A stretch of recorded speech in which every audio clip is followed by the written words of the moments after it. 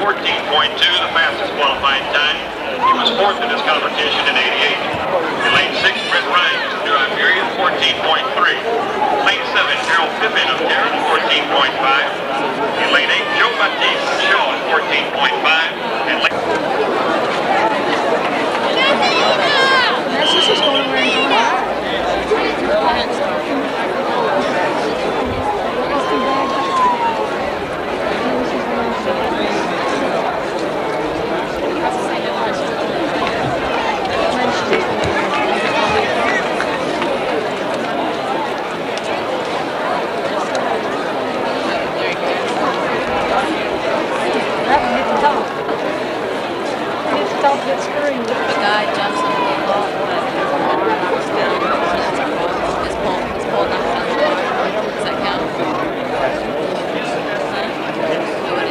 Someone's supposed to catch the ball. Oh, somebody jumped.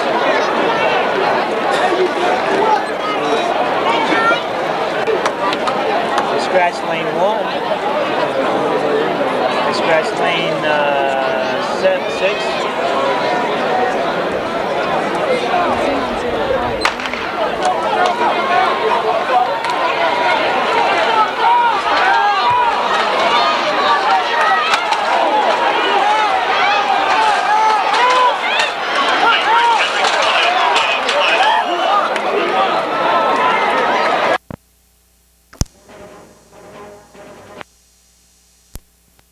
Tomorrow night at Fairgrounds Field against the San Antonio Missions.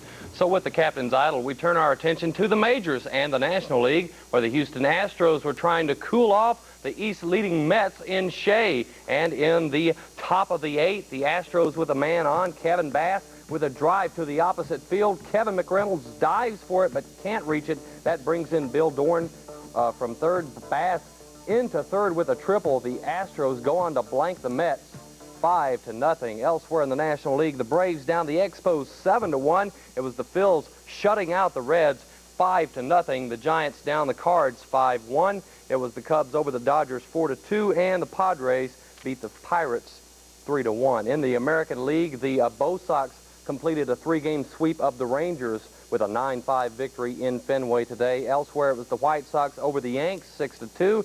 The Indians swept the Twins in a doubleheader 5-4 and 12-1. It was the Athletics over the Tigers 5-4. The Brewers beat the Royals 8-2. It was Seattle 5, Baltimore 3, and the Angels and Blue Jays were postponed because of rain. More bad news for Oakland slugger Jose Canseco. Last year's American League MVP may have to undergo surgery after re-injuring his left hand today in a Southern League game in Huntsville, Alabama. That's where Canseco was in the second day of a rehabilitation stint. Officials say the slugger could be out another 3 to 5 weeks.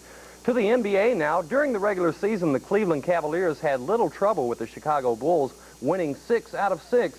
Well, as the young Cavs found out, the postseason is a different story, and today they hosted the Bulls in the deciding game of their first-round playoff series.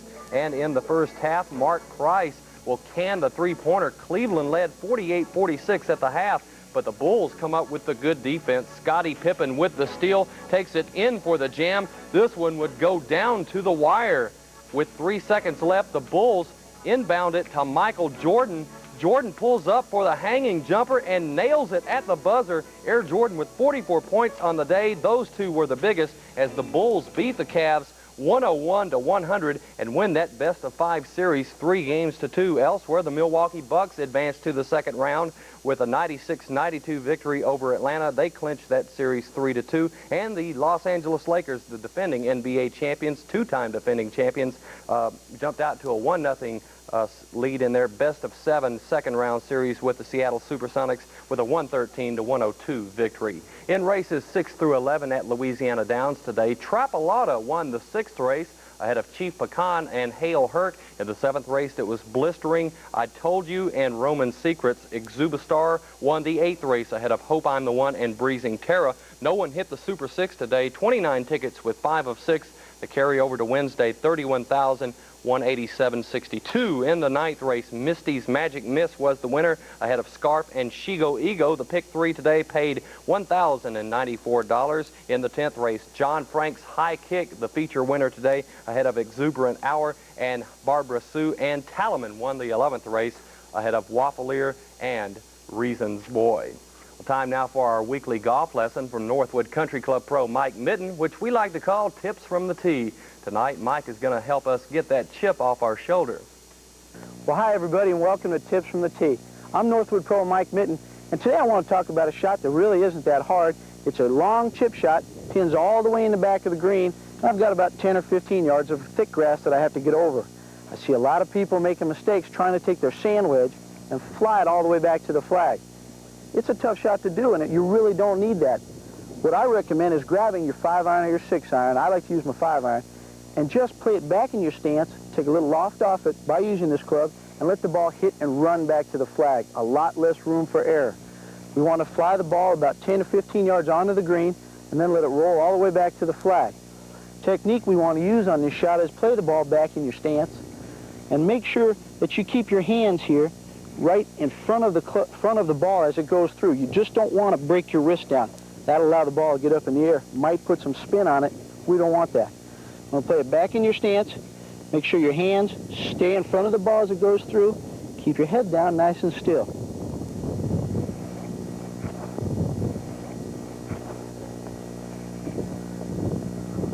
Now see, by this technique, it's going to allow the ball to hit and release, roll back to the flag. We don't have to worry about hitting an exact shot with the sand wedge. It's not a hard shot. Picking the proper tool, though, picking the proper club is going to save you some shots. So practice this technique, and I think it really will help you save some shots. See you next week. Tips from the Tee. This week's stop on the PGA Tour was Fort Worth for the Byron Nelson Classic, where Jody Mudd birdied the first hole of sudden death to grab the victory from Larry Nelson. Those two men finished the regulation tournament at 15 under par. Marco Miro was next, one shot back, followed by Lauren Roberts, with Chris Perry, Larry Mize, and Wayne Levy all tied at 12 under par. Well, if you're a golf fan, you'll want to be in Tyler tomorrow for the annual Eisenhower Pro-Am at Holly Tree Country Club. Some of the big names on hand will be Greg Norman, Don January, Mark O'Meara, Shreveport's Hal Sutton, who's the defending champ, and former Shreveporter Willie Wood, and that's just a few. Well, tomorrow's fishing forecast has some good action for us, starting with a nice morning period between 8:30 and 11:30. That leads up to a great afternoon and early evening starting around 2 and finishing up around 8:30. That's when the fishing should be excellent. Well, it was a pretty good weekend for area athletes at the Louisiana High School Track and Field Championships, which were held yesterday in Baton Rouge. In Class 3A, Houghton captured its first ever girls track and field title. There were also some outstanding individual performers like Lamarck Carter of Captain Shreve, who set a new meet record in the triple jump. But one athlete who didn't get a chance to compete for the state title was Dennis Bamburg of Parkway. He was disqualified from the 110-meter hurdles for a false start. This is home video of the start of the race from Baton Rouge yesterday. Bamburg in the middle of your screen, fourth from the right. It appears there that he's pretty much off with the rest of the field, but the officials ruled it a false start, and you get only one chance in high school. And another look at it in slow motion, and I don't know. But anyway, Bamburg's coach Steve Adams filed a protest, but it was denied. Dennis had made the final with a qualifying time of 14.2 seconds. That was 3/10 better than the eventual winning time, and I don't know, I would have to say from looking at that Dennis Bamburg got a bad deal, but those things happen.